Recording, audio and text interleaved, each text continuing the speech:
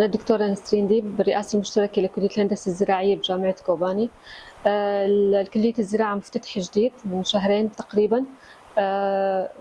هدف الكلية كان هو إنه نحن نحدث تحول استراتيجي بواقع الزراعة بمنطقة كوباني أو بمنطقة شمال وشرق سوريا.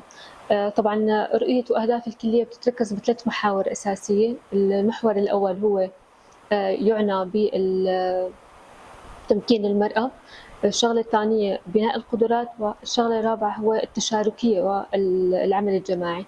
طبعا هدول ثلاث شغلات أنا بحققهم كيف؟ من خلال بناء أو أنت يعني تدريب أو تخريج طلاب ذو معرفة وخبرة بالاستعانة بالتكنولوجيا والتطور التقني الحاصل بالعالم.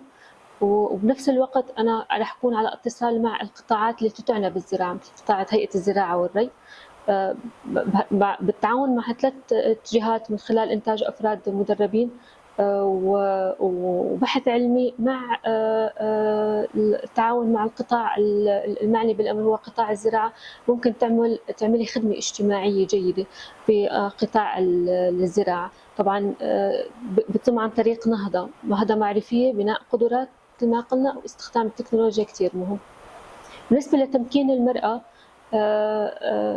دور المرأة بقطاع الزراعة بمناطق شمال وشرق سوريا كثير ضعيف. فكمان أحد أهداف ورؤية الكلية إنه نحن نمكن المرأة وتاخذ دورة، سواء من خلال خلينا نسميها صغار منتجين.